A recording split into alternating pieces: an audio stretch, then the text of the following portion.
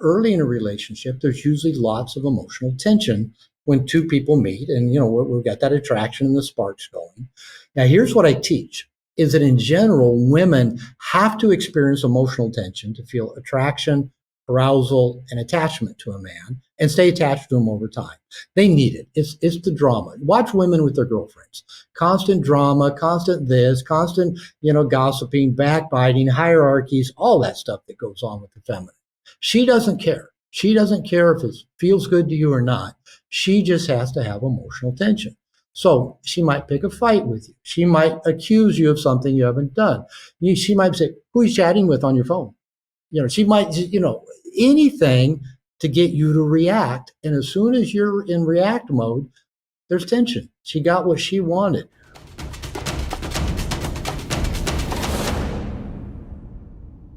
Oh, I noticed that with non-intimate relationships, I was able to be much more assertive, much more clear about my wants. And then as people got closer and closer to me, it became, I wasn't even aware of the level of discomfort that I felt in not pleasing them, to the degree where I lost track of my own feelings for a long time. So, I mean, this is, I wrote a book about that. Well, let's start there, because I didn't identify with the resentfulness, though I can see how it cropped up in some areas of my life. The thing that really, as I was rereading it, stuck with me was one, obsession with goodness. I was a philosophy major, and my question was, what is good? How do I be good? Like, it was such a deeply important question to me. Two was a validation seeking from women. Like, it became incredibly important for me, not just to have one woman like me, but to have, like, I needed to learn how to dance, do jujitsu, sing a song, write a poem, fight a fight. Like, I needed to be the Marlboro man, not even the Renaissance man, who could do anything and attract anyone. Renaissance man on a horse, right? Exactly. So yeah, just a strong need for that. And that's a really strong dynamic in nice guys, is that even with women we don't have any intention to having sex with. It's kind of like, we have to have their approval. They get that look on their face. If they look a little disgusted or they look disapproving of us, that triggers a pretty strong visceral emotional response in many nice guys. I find it fascinating because I want to touch on this. So let's talk about the childhood roots of where this come from, because I think that a lot of people deeply, at least I'll speak for myself, in reinterpreting, revisiting my childhood experiences and re-narrating some of that story, I have grown tremendously. I've encountered pain that I hadn't known was there, and I've been able to address it sincerely so that it doesn't crop up in unconscious ways and reactivity in my life today. So where does this come from in childhood? Okay. This is a broad question, but we'll narrow it down. Sure. I think a lot of nice guys have a naturally easygoing temperament. I think that's my nature. My mother at times would tell women I was dating, this as an adult, she would tell the women, Bobby never did like conflict. And I'm thinking, who the fuck likes conflict? Why? That seems like a weird thing to say, to point out, but I seem to be attracted and marry women that like conflict. I tease my wife all the time, you love to fight. You go looking for a fight. She goes, no, I don't. Yeah, you do. So every person grows up trying to manage uncomfortable feelings. Some become nice guys, nice girls. Some become angry. Some become controlling. Some, eat a lot. Some, suck their thumb a lot. We all do things to try to deal with those uncomfortable feelings and prevent them happening again. Nice guy syndrome is just one of many different ways to try to manage uncomfortable feelings. And of course, to be liked and loved and get our needs met and feel valuable and connected, all of that gets put into a paradigm, a roadmap, and we all have them. The roadmap that I had was, I'll be a nice guy. I'll be different from my father, different from all the other men I hear women complain about. I'll listen to my mom talk about her problems and complain about my dad. I'll be generous. I'll be kind. I'll be giving. I'll be, I won't argue. I won't be mean. I won't hurt people. That's what I thought. That will help me be liked and loved and get my needs met and not have to feel uncomfortable feelings. There's many other ways of doing it. None of them work. Yeah. They kind of work a little bit maybe when you're a kid because you got nothing else to go on. But once we go through adolescence, as I mentioned, and they get solidified, and then we bring them into adulthood, they're just wired into our unconscious. It's kind of the Jungian thing. Until we make the unconscious conscious, it'll rule our Yeah. life, and we'll call it fate. So we're just Mm. walking around thinking this is how the world works, and this is how you interact with the world. And it could be that on one hand we're being aggressive and dominating, trying to get it to work. On the other hand, we're being submissive and manipulative and passive, trying to get it to work. Yeah, I found myself on doing both of them in different Yeah. situations, and one was coded towards this reminds me of dad, fight, and the other was this reminds me of mom, be supportive, be a helper, be a hero. Yeah. And I think that's part of what confused me when I was reading the book. Is like, yeah, but there's areas of my life where I'm doing the opposite of this, and it was in coming through with a more nuanced, finer, like, okay, well, how do I address intimacy when I'm really feeling vulnerable? It's, oh, this calls out my nice guy. And okay, how do I address, conflict sometimes with other men who are not in my tribe? Well, in this case, I'm a fighter. Like, I will argue and not be so generous and kind and giving. And the funny thing is that your experience is not uncommon. To have some areas where your nice guy patterns show up more prominently, and other areas not. I worked with a woman years ago. She met her husband because he was a police officer, and she was a dispatcher for the police department. And she said she fell in love with the police officer. And he was strong, he was powerful, he was assertive, and then they got married. And then he'd come home and take off his uniform, and he'd be a total nice guy, a total wuss. He wouldn't make a decision. He wouldn't lead. She said, I have to go on ride-alongs with him in his cop car to get to see the man I fell in love with. So Here was a guy in this context is totally, and not necessarily the other extreme of the nice guy. Not that he was an asshole. He was an assertive guy. At home, he just handed the control over to her. Whatever you want, dear. And she goes, I don't want that. I want you to make decisions and give me a choice. Yeah. I really relate to that. It's funny because I see myself the way I feel that there is a thing, and I'm wondering if you have this with your clients, where early in a relationship, I am tough. I'm like a stallion. I'm a Mustang. I'm tough to break. And I think that does attract a type of woman who's like, it does. I want this one who is untamable, and I am willing to stick around for long enough in order to tame him. And then I'm in a 6-year relationship, and I've seen this pattern play out of like the intimacy is high, but the excitement gets low because that wildness has been tamed out of me. And it's only now that I'm really trying to recapture, okay, how can I have both intimacy and thrill? Can I, and I'm curious if you have thoughts on that. I do. Good luck. Yeah. Yeah, I can come at this from a few different ways. I've got a good buddy, Dr. Sean T. Smith, that wrote a book, The Tactical Guide to Women, and just wrote another one called Gatekeeper. And he talks to men about being really conscious of the kind of women you pick and bring into your life, because there's a cost, right? There's an investment. And the kind of the premise of Gatekeeper is that don't trade your purpose for romance. Oh, she's hot, she's fun, she's this, blah. And then, all of a sudden we get her into our life, and now she becomes a drama queen and an anchor. And now we're not pursuing our purpose anymore because, she wants this from us. So he makes a comment in that Tactical Guide to Women. He said, you can't get the calm, easygoing, easy to get along with woman and the hot and crazy, keeps everything fired up. You can't, that doesn't come packaged in the same woman.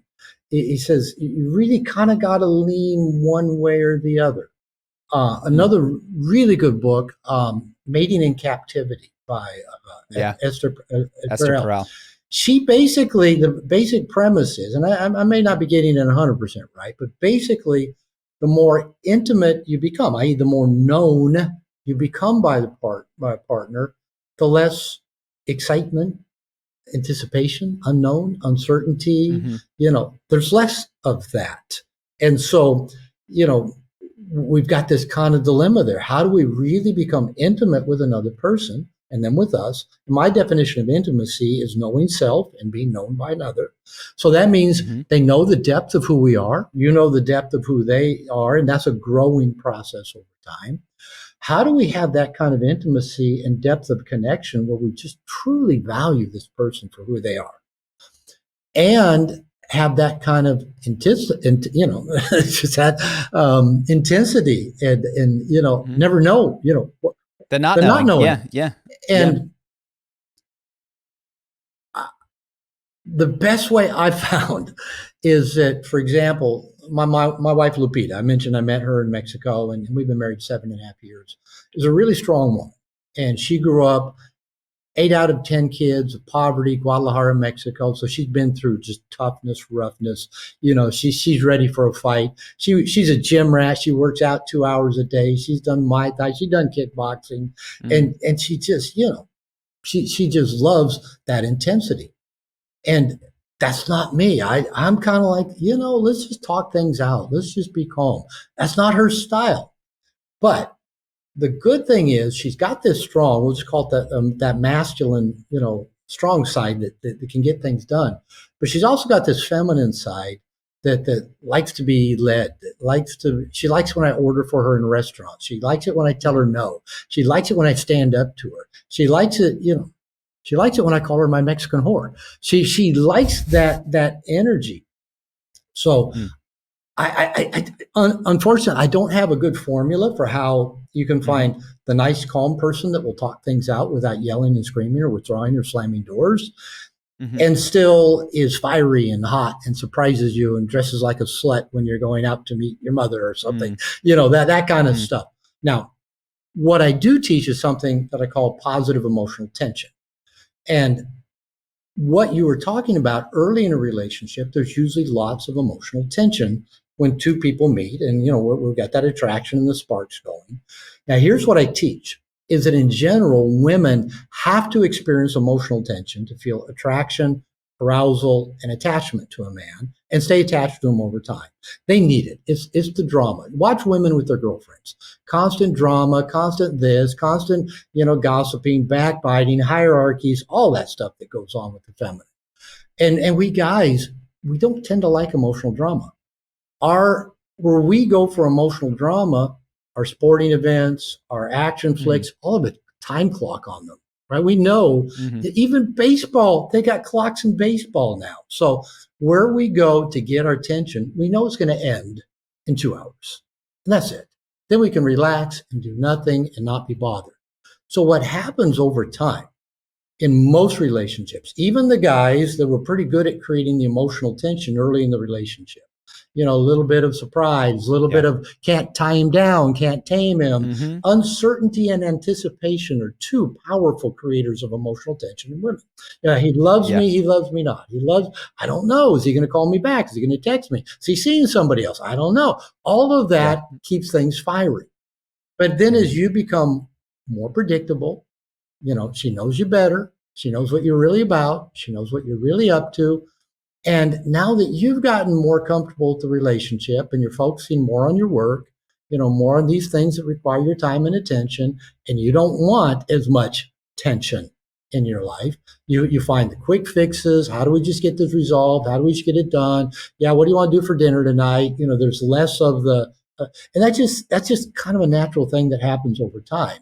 So mhm, I do teach men. I have a course on it, and it's actually a book I'm writing now on positive emotional tension, is how men can create that emotional tension going in the relationship. Because I tell guys, if you don't create what I call PET, positive emotional tension, she'll create NET, negative emotional tension. She doesn't care. She doesn't care if it feels good to you or not. She just has to have emotional tension. So she might pick a fight with you. She might accuse you of something you haven't done. She might say, "Who are you chatting with on your phone?" She might, anything to get you to react. And as soon as you're in react mode, there's tension. She got what she wanted. Now, sometimes it leads to, all right, some good hot sex that follows it. Most of the time, it just leads to hurt feelings. And why is this woman acting so crazy all the time? mm, So one of the things you have to do as the default, I assume default masculine pole in the relationship, is be conscious of her need for surprise, uncertainty, unpredictability, while still being you, right? Still being a mhm, dependable, predictable guy. And it can be as simple as one of the things that I started doing, I don't know, 12, 15 years ago. A woman taught me this. is I tell every woman I meet, wait, I'll open your door for you. So just the fact that they wait to get in and out of the car, I do it with my mother, do it with my granddaughter, I do it with every woman I've dated. My son does it with his mom. He does it with his girlfriend. Tell the woman to wait. That's you creating a masculine pole, and then they surrender to the feminine pole. They wait for you to open the door. That creates an emotional tension, a polarity between the two of you.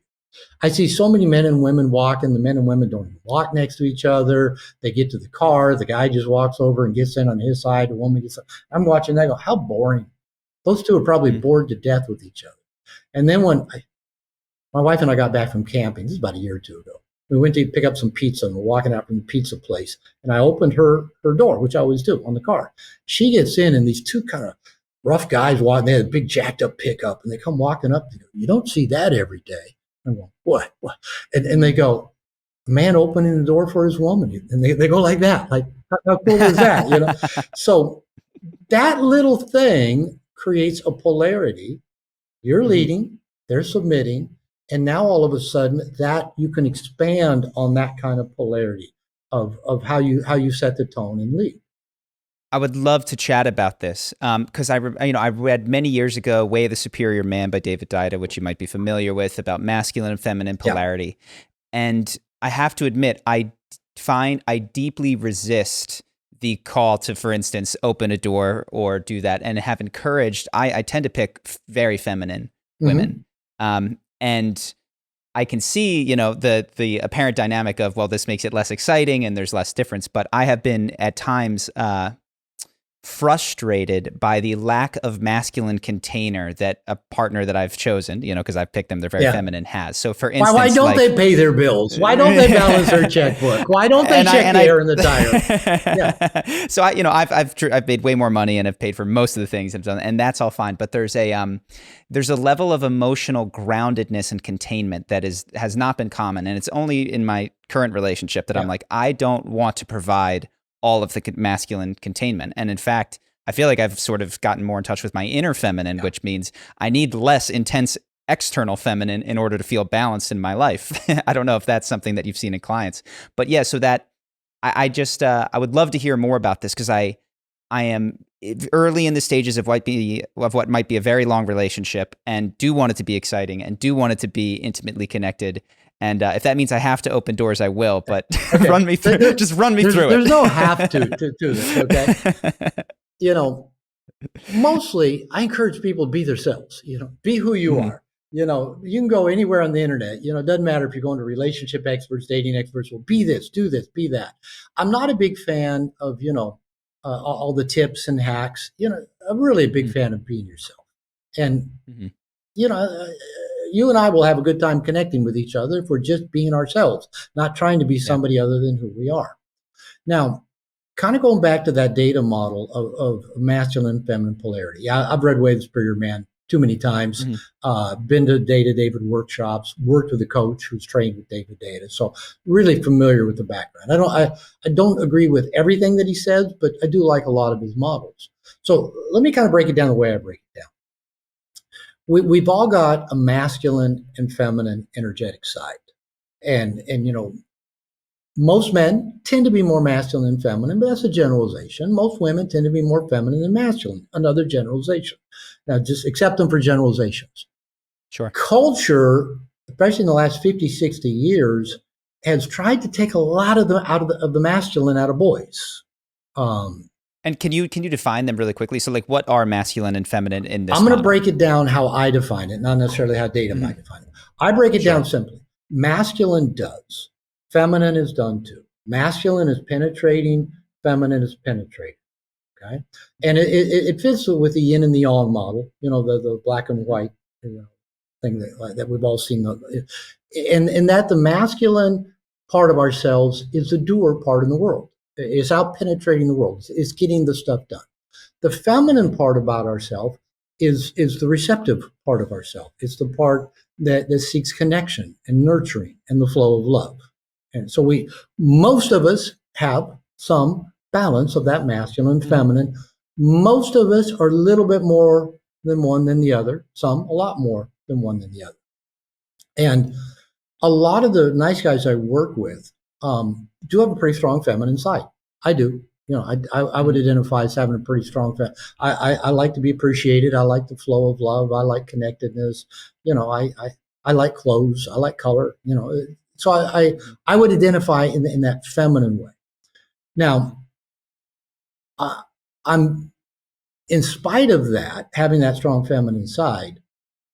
Do I love sitting around listening to women gossip? No, it drives me crazy. Can't do it. Would I rather be at my computer getting things done? Yeah, love it. I love being creative and putting stuff out in the world. So I do have that masculine side. But as I said, culture's worked a lot to pull that masculine side out of men. They're still working at it really hard, calling almost anything that men do that someone doesn't like toxic masculine. I grew up during the angry feminism of the 60s and 70s that every man's a rapist, an erection's a sign of aggression. The best the Mhm. best man for the job's a woman. You know, oh, there goes the thumbs up. There it There it is. is. Best man for There we jobs. go. I knew that would happen. Rosie the Riveter. Rosie the Riveter. And you know, even in the child development courses I had in grad school back in the 80s, they were teaching, which is there was a tenet of feminism. So it's still pretty strong. It's being taught in the schools that there is no gender. I had one guy tell me there's as many. We teach our kids there's as many genders as there are people on the planet. I think that's more confusing than helpful to little children. And so what I was taught is that gender is a social construct imposed on children by society. We give boys trucks, so of course they play with trucks. We give girls dolls, so of course they play with dolls. No evidence to back any of that up, no scientific study. The opposite is actually true. In general, little boys, little girls do gravitate towards different activities and different toys. They just do. There's enough studies to substantiate that. But the rule of thumb was I was taught in grad school is that everything that boys do that's competitive is wrong or bad, and everything that girls do that's cooperative is good. Even while they're saying there is no unique genders, you know, boy and girl, Mm. even though they were saying the cooperative stuff is good, the competitive stuff is bad. So this is kind of in our educational system where little boys go to school and they hear about toxic masculine in school and you know basically to be passive. And so, Mm. and you know, this has been going on a while. I heard the same stuff growing up. Don't be like your dad. Don't be like other men. Don't be like those assholes that only want sex. You know, so everything that kind of was masculine got domesticated out. Now, at the same time, the women who might be more feminine than masculine in general have been told since they were little, don't be dependent on a man. Never need a man. Don't have children. Go get a career. Go, you know, excel at this. They've been taught to do. All the while, you know, feminism was saying the doing of masculine is bad. Girls have been, you know, told to go be that way. So a lot of women have taken on a fairly masculine role. Now, I know as an example of this, when my book Norman Mr. Nice Guy got published 2003 in hardcover, I went back to New York, met with my publisher, with my agent, and the editor of my book, working for Barnes and Noble, woman in her mid-30s, an attorney husband. We went out to dinner with another couple of theirs, friends of theirs, both professionals, man and woman, and both women were talking. You know, I'm ready to have a family. I'm ready to have Mhm. kids. I don't know that, you know, I want to keep working like I'm working. And so here was two women, New York City, you know, three of them had never driven a car because they live in New York. So, you know, this is, you know, the pinnacle of, you know, correctness. And they're going, no, I don't think I want a career so much. I think I want kids. And now every now and then I'll see something come up on social media of my editor. I haven't talked to her in years.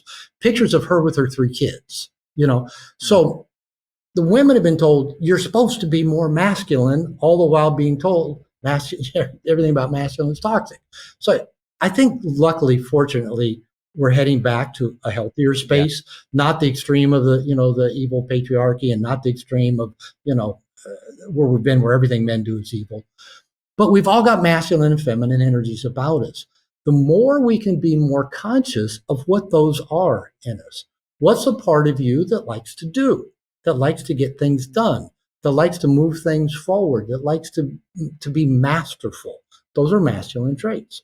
What's a part of you that is feminine? that likes the connection, that likes the approval, that likes to be loved on, that likes to be touched, that likes to just have, peace in nature and have your senses fed. That's the feminine. Mm-hmm. Your partner is going to have of masculine and feminine traits about her too. Just like I said, my wife, she can get shit done like nobody's business. I call her my mafiosa. This morning, I heard her screaming at the car mechanic because he didn't tell her that we're going to have to buy, $1,500 part for the transmission, and just didn't answer her calls for 2 weeks. So she gets shit done. And I love that about her. But she's also got this feminine side. I have to tell her, quit buying clothes. I can't build you more closets. I can't build you. She loves shoes. She loves clothes. She loves being beautiful. She loves being sexy. She loves, being desired by me. That's her feminine side. So part of your masculine leadership is how do you honor both in yourself, your masculine, your need to get things done, your feminine, your need for connection and flow of love, and how do you also support your partner? And also, the area she wants to feel masterful and to be the doer and get things done, but also her feminine that wants to be led, that wants to be done to, that wants to be open, that wants to be penetrated deeply by you, physically, emotionally, sexually.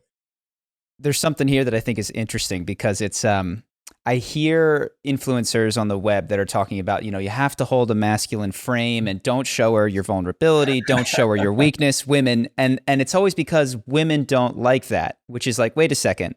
So I'm going to choose who I am and how I express myself in a relationship based on making her happy to see if she likes it. It's like, that is actually the opposite of what we're talking about. So I appreciate what you just said about like part of holding the masculine frame is being sincere about the ways in which you want to express that feminine side and the ways in which you would like to receive and the ways in which you would like to relax. And that's something that I've been coming to, which is, I don't know whether it's the car door or what, but there's absolutely ways in which I would like to receive more in my relationships. And I, as a recovering nice guy in some aspects, that's been hard for me to do. It's tough for me to sit back and receive. Well, and that might be a good place to go to work then. Now we'll do a little therapy with you here. I would love to.